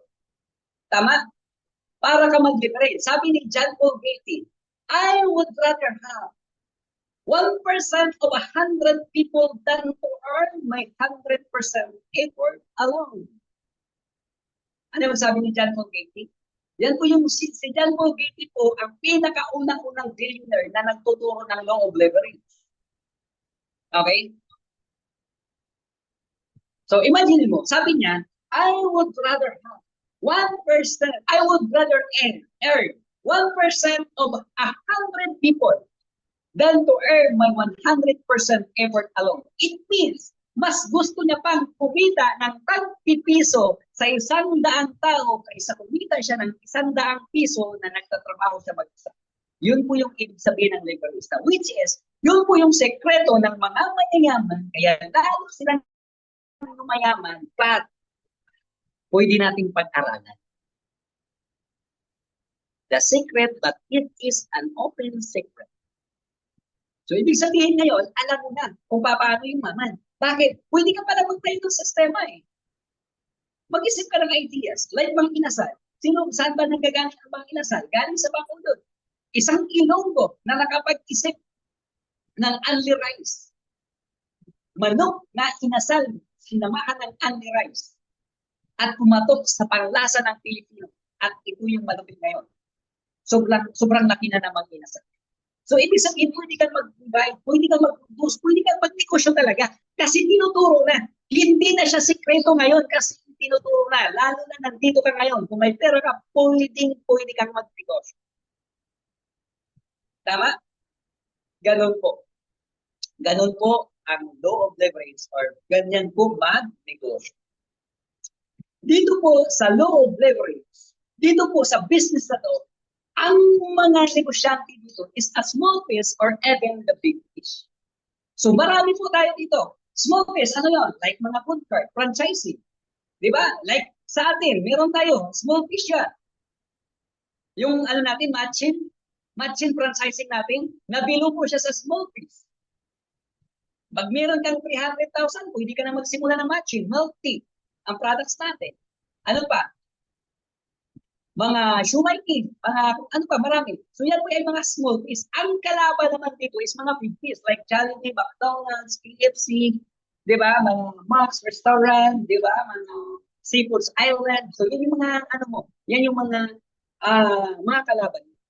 So kapag nagsisimula ka, kailangan may sistema yung negosyo mong papasukin.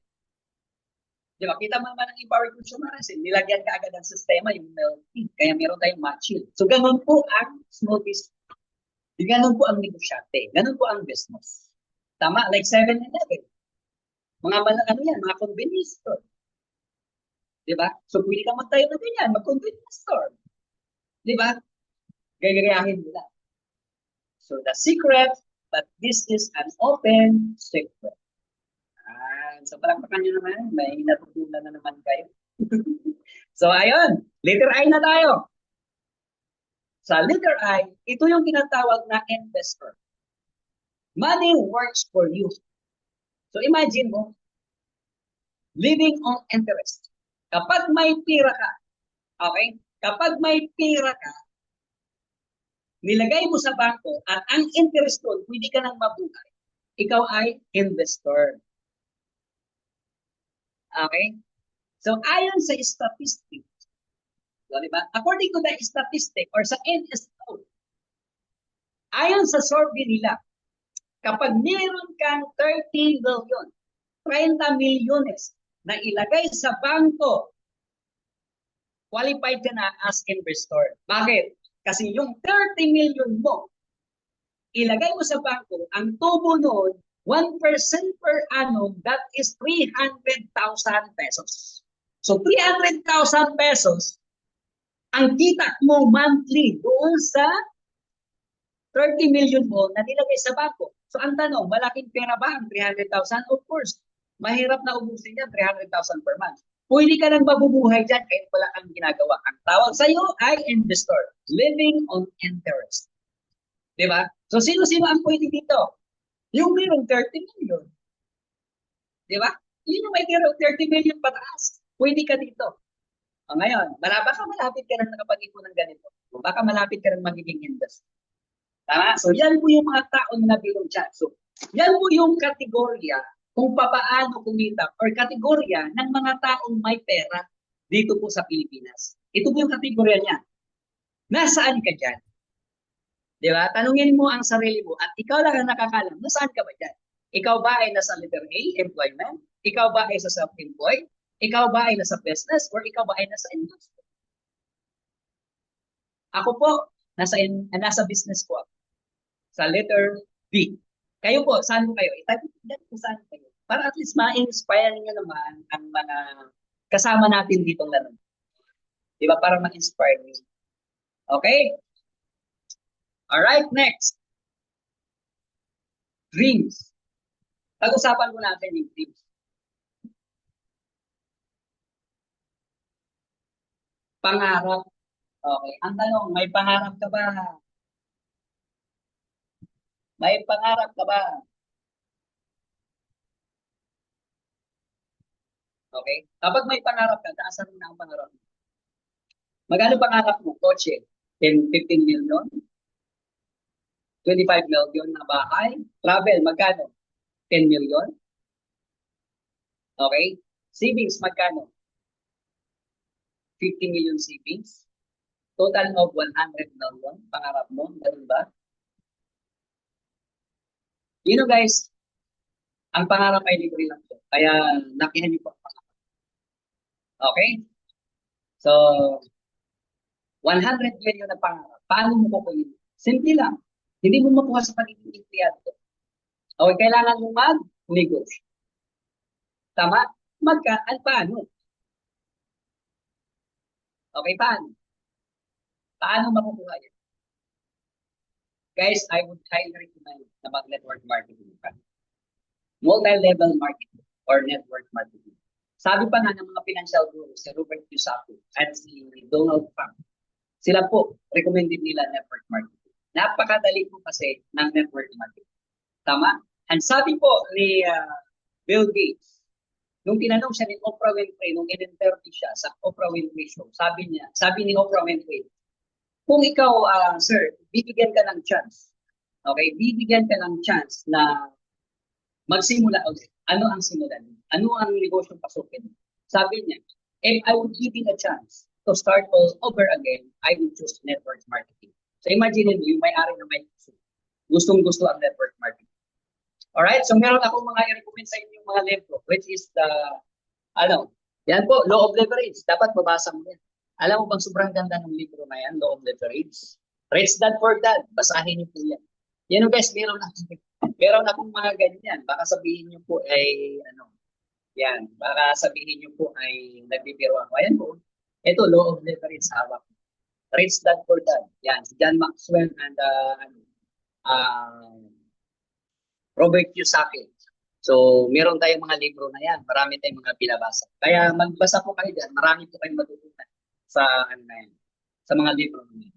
So, network marketing. Ano ba yung network marketing? Network marketing is a moving products. Okay? It is a business model wherein distributors are compensated in both selling the products and the business opportunity. So, network marketing pala ay sobrang ganda. Okay? So, hindi siya basta-basta lang. Tama? So, a kind of business system. Ano yon? Mga conventional business. So, this is the groceries, computer shop, salon, di ba? And many more. So, yan po yung mga kind of business system. Franchising. Ano ba? Sino-sino ba yung nakasama sa franchising? This is the McDonald's. Tama? Mga convenience store, mga milk tea. Okay, mga Jollibee. Di ba? KFC. Nandyan po sila sa franchising. Tama ba? So, ang next po na business system na pwede mong salihan, network marketing. Yan. Empowered consumers. Tama? So, I highly recommend na seryosuhin mo ang empowered consumerism because empowered consumerism is a network marketing. Tama? So, paano pa dinidistribute ang produkto? So, para maiintindihan nyo. Ang produkto po ay dinidistribute sa pamamagitan ng number one, conventional business. Paano yun? So, ang isang produkto galing sa factory, dadaan po yan sa wholesalers, dadaan sa middleman, dadaan sa retailers, dadaan sa consumers, papunta sa consumers. At pagdating sa consumers, yung 1 peso po na produkto sa factory, magiging 5 pesos po. Ang dami pong channel na pinagdadaanan, kaya biglang mahal ng produkto. While, kapag nasa network marketing ka, okay, ang isang produkto, galing din ba sa factory kapag network marketing? Of course, galing din po. So, from factory, pupunta po sa distributors. So, hindi na dadaan ng wholesalers, hindi na dadaan ng middleman, hindi na dadaan ng kung saan-saan pa, kundi sa distributors na diretso at papunta sa consumer. Okay? So, ibig sabihin, isang channel lang ang dadaanan kapag ka nag-network marketing ka. Yung isang produkto. So, ngayon, pag nasa consumer na ang isang produkto, magkano? The same, 5 pesos din. So, walang pagkakaiba yung presyo, but ang pagkakaiba yung channel na pinagdadaanan. So, paano yun? Dito kasi, sa profit sharing, sa conventional business, yung 10% profit ng wholesaler, middleman, and retailers is napunta na ang lahat yan sa distributor. Tama? Napunta na lahat sa distributor. Kaya mas malaki po ang kinikita ng distributor. Okay? So kaya mas maganda po na maging distributor ka or kasama ka sa empowered consumerism na nagbebenta ng products, nagbebenta ng package, nagbebenta ng system ng empowered consumerism kasi yung instead dadaan pa sa wholesaler, middleman, and retailers is dadaan po diretso na sa'yo. yung 30 to 60% of profit is napunta sa iyo at pinaghati-hatian ng lahat ng distributor ng empowered consumers. So, ganun po kaganda po kapag nag-empowered consumers ka. So, 8 reasons why we need this business. Number 1, you are a boss. Ikaw po ang boss kapag ikaw ay nag-empowered consumers. Okay? You are the boss. You have a personal freedom. Meron kang incomes. Income mo ay hindi fixed. Di ba? May malaking income ka na unlimited. Tama? And ang kagandahan nito kasi ikaw ay nasa passive income.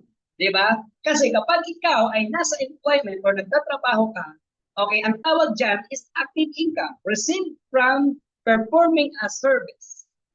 Di ba? Sa mga teams, nagtatrabaho ka, commission or salary, sahod mo. So yun po yung income mo, doon nagkagaling. Ang tawag doon is active income. In short, sinasahuran ka. Okay, ngayon, kapag ikaw ay nasa network marketing, ikaw ay nasa residual income. Bakit? Residual income, an income that continues even after the work is done. It is making money while you are sleeping. Yan, yun yung ibig sabihin ng, Ibig sabihin ng residual income. An income that continues even after work is done. It is making money while you sleep. So, ganun siya kaganda. So, ito, bigyan ko kayo ng diagram. Kapag ikaw ay nasa network marketing, okay, ang income and time and effort. Okay? So, ngayon, kapag ikaw ay nandito sa network marketing, ang oras mo, mahahati sa dalawa. Ano yon? Efforts and income. Okay? Ngayon, ang efforts mo is sobrang laki, pero ang income mo ay sobrang liit kapag nagsisimula ka. Okay? O, tingnan mo yung effort. 100% effort, but ikaw dito sa income mo, 0% pa lang. Ganun po. Grabe ang lungkot naman, Coach Joel. Nagtatrabaho ako 100% pero 0 income. Yes, ganun po talaga sa Ganun po talaga kapag gusto mong magkaroon ng leverage. Ganun po talaga kung gusto mong kumita habang natutulog. Pero kapag ka lumiit na ang effort mo, magiging 75%, meron ka ng 25% income. Imagine mo to, may 25% income ka, lumiit ang effort mo, nagkaroon ka ng 25% income. Bakit? Kasi yung 25% na effort mo, nahahati na yan doon sa mga leaders mo, nahahati na sa organization mo.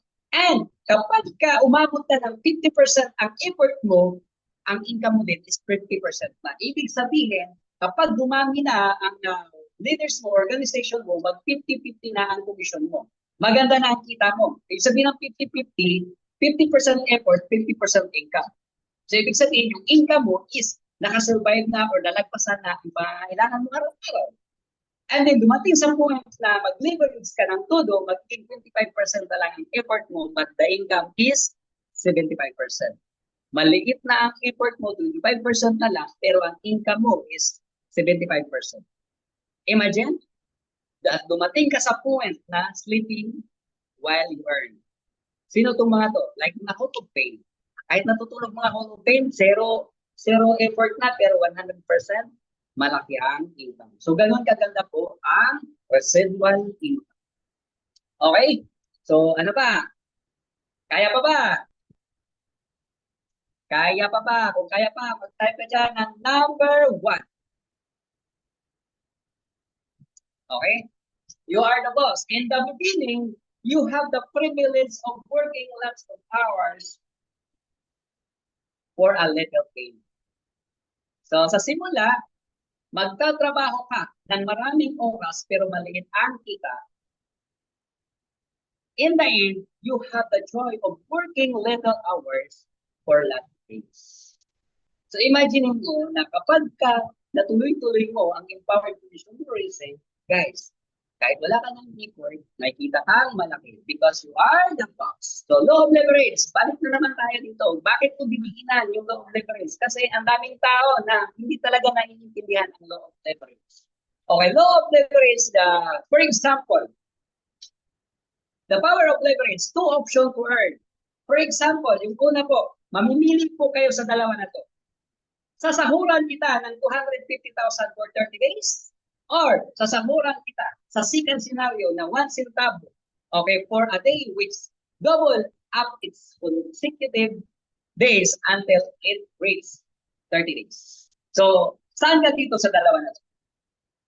Kung naiintindihan mo ang power of leverage na pinag-usapan natin kanina, okay, papipiliin kita, sasahuran kita ng 250,000 sa loob ng 30 days o sasahuran kita ng 1 centavo sa isang araw at araw-araw magdudoble siya. Pangalawang araw magdoble, pangatlong araw magdoble up to 30 days. Saan ka dyan? Okay, saan ka dyan? So ngayon, guys, ito yun. Kapag kapiliin mo yung 1 centavo, ang kita mo is 10 million pesos sa loob ng isang loan.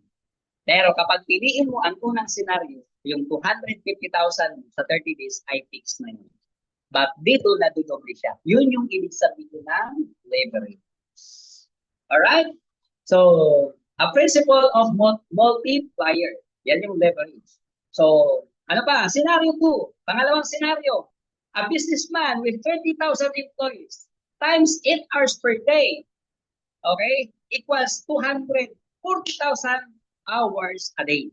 So, ibig sabihin niya, ito po, kapag may isang employee, like si Henry C., like si Dalit Henry C., or si si Lositan, okay, meron siyang 30,000 employees na nagtatrabaho sa kanya ng 8 hours a day, every day. Yung 30,000 na employee na nagtrabaho ng 8 hours a day, that is 240,000 a day. Ang kanyang oras. Meron siyang 240,000 hours sa isang araw. Okay, ngayon, ipagpalagay na lang natin na sa isang oras, kikita siya ng 10 pesos kada oras. So ngayon guys, ito po, ang isang negosyante o si Lucio Tan, kumita po ng 2.4 million sa isang araw. So imagine mo, di ba 2.4 million ang kita niya sa isang araw? Na-divide kasi yung oras niya nadagdagan sa oras ng mga empleyado. Scenario to, principle of franchising. Ito po ay Jollibee McDonald's. For example, meron kang 100 branches ng McDonald's. Okay, meron kang every branch meron kang kita na 1 million pesos. Pag ang 1 million pesos, meron kang 5% dyan kasi ikaw yung owner, branches owner. So meron kang 5%. So ngayon, 5% ng 1 million, that is royalty income of 50,000 pesos. Okay, ngayon, kung meron kang 100 na 50,000 o 100 branch, meron kang 5 million sa isang araw. So ito po ay sobrang big time. Tama? So ganun po yung leverage. So duplication is the name of the game. Yun po yung law of leverage. So kailangan mong i-duplicate yung sarili mo. The power of leverage. For example, empowered consumerism. Huwag na tayong lalayo. Pag nag-membro ka sa empowered consumerism, okay, pumili ka ng isang package, mag-invite ka ng dalawa, at ang dalawa mo, naka-invite ang dalawa. Ang tawag dyan, nag-leverage ka. At ang dalawa pa, ang apat mo, nakapag-invite ng dalawa, dalawa lahat, ang na-invite, dumadami ka, hanggang sa dumami ka na, nagle-leverage ka na. At ito yung malupit.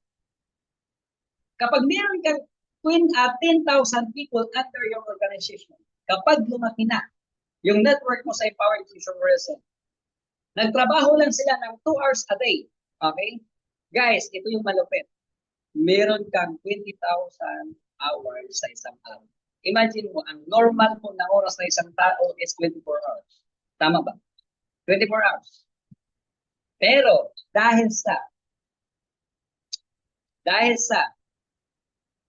nag-leverage ka, yung 10,000 under sa organization mo, magtrabaho lang ng 2 oras every day, meron kang 20,000 sa isang araw. So, ganun po yan. Ngayon, ano pa?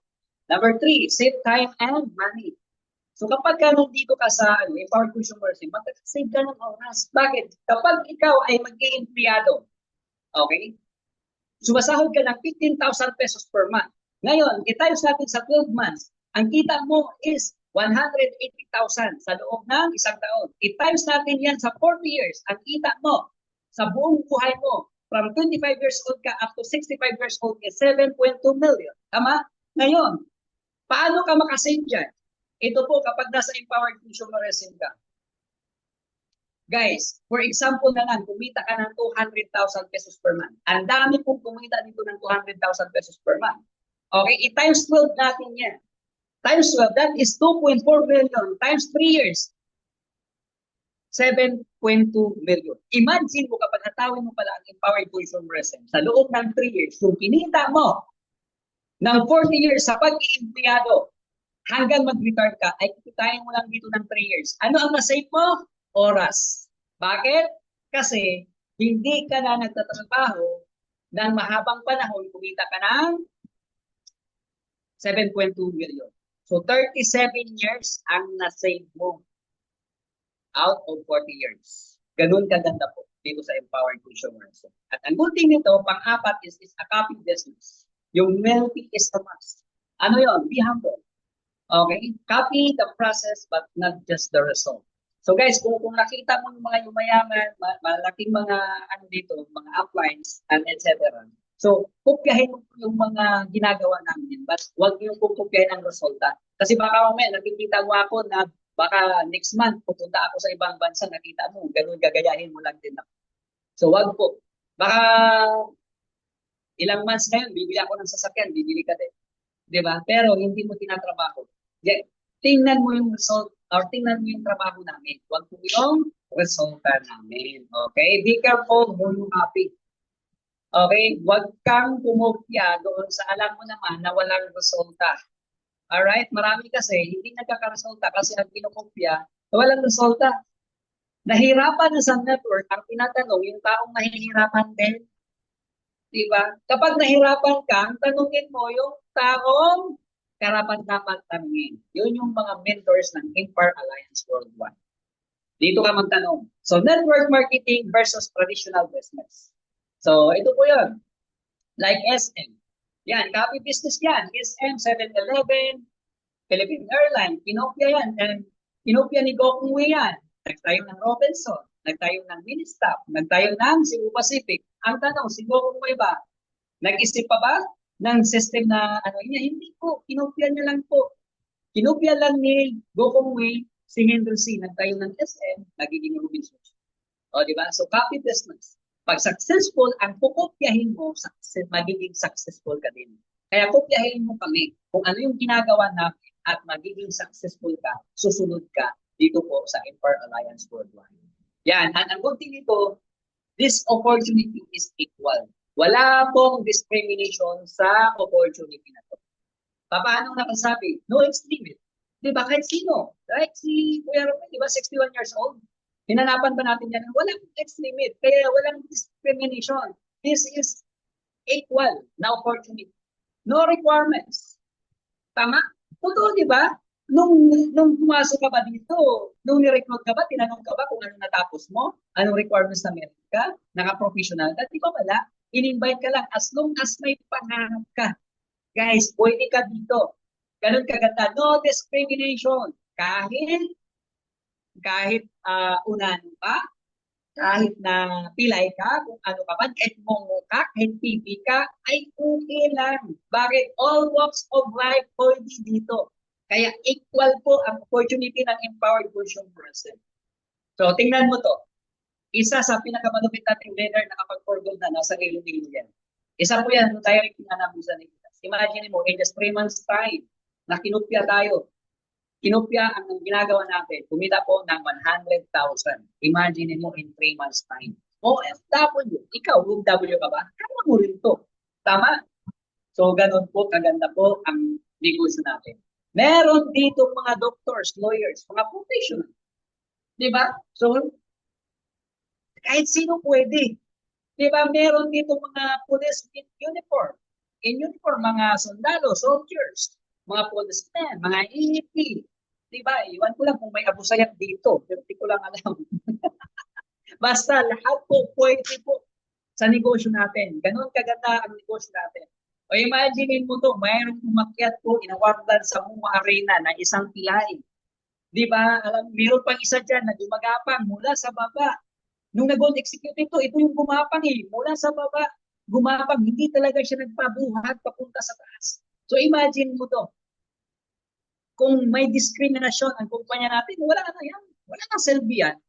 Tama ba? Pero dahil equal ang opportunity natin, ang ganda po, ang ganda lahat pwede, kaya palakpakan po ang empowered consumerism. Then, time freedom. Yan, ang amin po, magkaroon ka dito ng time freedom. Ganun siya kaganda. Ano ba yung time freedom? Gaano kasarap magkaroon ng time freedom? Kapag may time freedom ka, makapag-travel ka sa Hong Kong kahit anong oras. Imagine mo yung Hong Kong, nung wala pang pandemic, parang kusina ko po yan. Kahit saan ako napunta dyan. Naikot ko na po ang buong Hong Kong. Ay guys, kahit mga beaches sa Hong Kong, naikot ko na po. So, ganun po kaganda. Di ba? Nakapunta din po ako sa Bacan. Imagine mo to, makapag-picture ka ng ganyan, di ba? Because may time freedom ka. Tama? Nakapunta ako sa Kuala Lumpur. Di ba? Nakapunta ako sa Vietnam. Vietnam yan. Yan. Magsasagwan-sagwan sa Vietnam. Imagine mo, di ba? O, ano pa? Nakapunta sa Thailand. O, di ba? So, gaano kasarap ang buhay mo kapag may time freedom ka? Kung saan-saan ka na lang napunta na kung saan wala kang perang iisipin na mga gastos. Nakapunta sa Maldives. Guys, ito yung pangarapin mo punta sa Maldives. Nakapunta sa lahat ng mga tourist spot dito sa Pilipinas. Especially Boracay. Babalik-balik na tayo dyan. Di ba? Gusto mo ba ng time freedom na ganyan? Kung gusto mo, then seryosohin mo ang empowered consumerism. Ito na yun. Tama? So, may kwento po ako guys about time. May isang mayaman na manager sa bank. So, wala siyang oras. Kasi siyempre, manager sa bank, busy sa trabaho. Tama? Dahil busy siya sa trabaho, pag uwi niya ng bahay, ang anak niya sa gabi ay tulog. Pag pasok niya sa trabaho, ang anak niya ay tulog pa rin. So it means, hindi niya nakikita na gising ang anak niya kapag nagtatrabaho siya. Mayroon siyang isang araw na every Sunday. Okay. So, yun. Nung nag-day off siya, siyempre, doon sila magkita-kita ng anak niya. And ang anak niya is nag-aaral pala yung anak niya. And nung nandoon siya sa office home niya, sa bahay na, may office, nilapitan ko siya nung anak niya.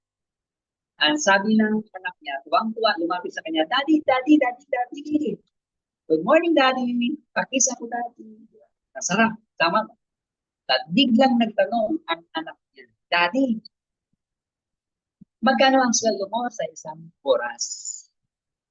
Sabi ng tatay, ano ba naman yan? Kabata-bata mo, bakit ka nagtatanong? Umiyak yung anak kasi pinagalitan ng tatay. Pumunta sa kwarto, umiyak na umiyak hanggang sa nakatulog. And sabi ng nanay, bakit ka pinagalitan ng bata? Pwede naman siya. Tama? Kaya pumunta doon ng tatay sa kwarto, hinintay ko na magising yung bata. And nung pagising yung bata, namulat ang bata. Yan. Nandoon yung daddy, tuwan-tuwan naman siya. Pero tapos ng pag-iyak, natulog siya sa katanya. Tama? And to cut the long story short, sabi ulit ng anak, tatay, daddy, magkano ang sweldo mo? Sabi po ng ang daddy, ako po ay per oras. 400 pesos po ang isang oras. Hindi po ako araw. Kaya sabi ng anak, daddy, pili lang makahiram ng 200 pesos. Nagalit ulit ang tatay. Nagalit ulit. Bakit? Bata-bata mo pa. Marunong ka nang maghiram. Tama. Umiyak ulit ang anak. Pero, inamo ka agad ng tatay. O ano mo yung aanin ko yung 200 pesos. Basta dati, may pahiram ng 200 pesos. Pinahiram. O ito na, binigay ang 200 pesos. Dali-dali na binuksan ng anak niya ang una na puno ng luha. Pagkita ng tatay, bungo ng tatay, merong mera, binilang ng bata. Umabot din ng 200 pesos. Ngayon, may 400 pesos na ang anak. Sabi niya, ang dami mong pera. Bakit ka pa nanghingi ng pera? Dati, para po sa iyo ito. Yung 400 pesos. Pwede ba, Daddy, na bibilhin ko yung isang oras mo, maglaro tayo? So, na-imagine mo, guys, kahit gaano mo karaming pera, kung wala kang oras sa pamilya mo, darating ang time na halos bibilhin na lang ng pamilya mo yung oras mo para magkaroon ka lang ng oras sa kanila. Yan po yung malungkot na katotohanan. Kapag ikaw ay sobrang busy mo sa trabaho, mataas ang sweldo mo at malaki ang posisyon mo. Ngayon, sa mga nanay na nandito, kailan mo nabigyan ng magandang buhay? Para saan mo pa? Bakit nandyan ka sa ibang bansa? Para saan na tatrabaho ka araw-araw? Para sa pamilya? Ako po ay hindi naniniwala. Nandyan ka nagtatrabaho because gusto mong kumita ng pera. Kasi kung talagang para sa mahal mo sa buhay, yung pagtatrabaho mo dyan, hindi dapat, nung PTE meeting, dapat naka-attend ka. Dapat, nung birthday ng anak mo, dapat nandun ka. Lumalaki na yung anak mo sa picture. Tama? Lumalaki na sa picture ng anak mo, hindi ka nakatin ng birthday. So, paano mo masasabi sa akin na para sa kanila yan? Di ba para sa pera? Para kumita ng pera. Kaya baguhin na po natin yung mindset natin. Tama? And para naman sa mga bata mo nandito, yung mga 25 years old and below, kailan po kayo gaganti sa mga magulang ninyo? Alam niyo po, mga kabataan, masarap po ang chocolate at rose kapag ibigay mo sa nanay mo na may kasamang I love you. Kaysa ibigay mo sa nanay mo na nasa mitso na. Kaya ngayon bata ka pa at buhay pa ang magulang mo. Sikapin mo na makaganti po kayo sa magulang mo. Tama? Kailangan magkaroon kayo ng time freedom habang bata kayo. Time freedom. Makabili ng sasakyan. Yan, 2010. Bili ko sasakyan, 2014. Kabili ko ng Explorer, 2015, yung Volvo. Tama? Ito po, nakabili ng mga mamahaling gamit, mga luho. Alam mo ba, yung LV bag, mga belt niya, 3 belt yan. Gucci, Louis Vuitton, Hermes, 2 sapatos na LV, isang bag. That is 300,000 pesos. Binili ko lang po yan doon sa Greenville on the spot. Diba? Kasi may time freedom, financial freedom. Tama ba? Sumiki ako ng 1,000,000 at nakabili ng condominium at marami pang iba. Masarap ba ang buhay na ganyan? Of course, masarap. And yan po yung magiging future ninyo kapag seryosoly nyo ang empowered social person. At ang good thing nito, tulungan po ang ating negosyo. At lagi niyong tandaan, guys, ito na yung last na topic ko. We are an agent of hope. Tayo po ang agent ng pag-asa. So, ibig sabihin, huwag kang mahiyang i-alok ang ating opportunity na empowered consumerism sa lahat ng kilala mo kasi agent po tayo ng hope. Helping other people to earn. Yun po yung ibig sabihin ng hope. Tama? Sino yung mga tutulungan natin? Mga OFW na sa ibang bansa, tingnan mo, ang dami po discriminate na. Tama, ang dami po, di ba? Last month, ang dami po OFW patay, umuwi. Maraming pinauwi na hindi man lang pinadala yung mga damit. Tama, tutulungan natin sila. Tama, tayo po ang pag-asa nila. Di ba, mga empleyado, mga workers, tulungan natin sila. Tayo ang pag-asa nila. Tulungan natin ang mga yan. Imbitahin natin, dalhin mo dito kapag may training ako. Dalhin mo dito kapag meron tayong LPOG dito sa business, dito sa grupo natin. Dalhin mo sila lahat. Bubuksan natin yung isipan nila. Tama? Guys, tulungan natin sila. So, I would like proudly to announce po sa lahat ng mga nandito, ang Empire Alliance Worldwide, lahat ng mga mentors at coaches. Di ba, naghahanap po kami ng mga trainers. Kaya, lahat po, kung meron kayong kilala, mga kamag-anak, halimbawa ikaw ay OFW, meron kang anak ng palamulin or etc. na wala namang ginagawa. Kasama mo na sa coach mo yan dito po sa Empire Alliance Worldwide. ipatirahin mo sa hub. Pag nakatira na sa hub yan, tuturuan namin ng matinding sistema para kumita at makatulong tayo sa kanila. At the same time, matutulungan ka rin kumita. Alright, so guys, we are looking for onliners. Tandaan yan. So thank you so much po. Ito po ang ating coach na iniwanan. Sabi po ni Zigzag na you can get everything in life you want if you will just help enough people, other people to get what they want. So yan po yung sabi ni Zigzag na. So makukuha mo ang lahat ng gusto mo kapag marami kang taong matutulungan na makuha yung gusto nila. So, alright. So, thank you so much. So, tapos na po ang ating training. So, guys, grabe, sobrang nakahaba. Ako ng kwento kanina. Pero I hope na meron kayong natutunan at may naibaon kayong ngayong gabi. So, I love you all, guys. Thank you so much. And this is Jewel. Kayo doon. God bless to everyone. So, lumayo tayo at magpakarami at ibalik na po natin sa ating host, Coach Alvin San Nicolas.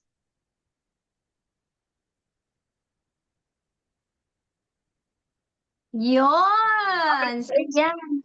So, thank you so much, Mentor Joel. Ayan, so marami po bang natutunan? Ayan, so ano yung mga natutunan? Pakitype naman kung ano yung pinaka natutunan mo sa training natin right now. Ayan, pakitype po. Ayan, Mentor Joel, thank you so much po sa, grabe, sobrang lupit ng nabagsak na training ngayon. Ayan, sa sobrang dami, sa sobrang lupit, meron ka bang naalala? Okay, doon sa nabagsak ni Mentor Joel, pakitype mo naman kung ano yung pinaka number 1 na natutunan mo sa training right now. Ayan, ano yung natutunan ninyo? Parang wala kayong natutunan. O natulog kayo? Natulog ba? Ayan, pakitype naman po. Ayan, parang wala. Wala ba? Sa sobrang yayaman ka kung marami, mayayaman, pag marami kang pera, talaga namang mayayaman tayo dyan. Yayaman ka kung marami kang taong natulungan. Yes, law of leveraging. Parang law talaga, as in law yung spelling. As in law.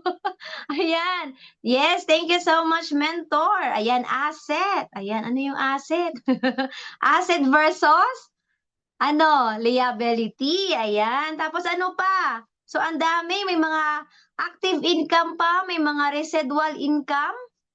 Tama ba? May mga conventional business. Okay, sobrang dami ang nabagsak, pero hindi natin yan matutunan agad-agad. Tama po ba? Kaya sa next na training ni Mentor Joel Kayodong, dapat nandito ka at dapat magstay ka. Okay? Kasi kanina ang dami natin. Pero grabe, congratulations sa mga natira. Okay? Sa mga nandito talaga.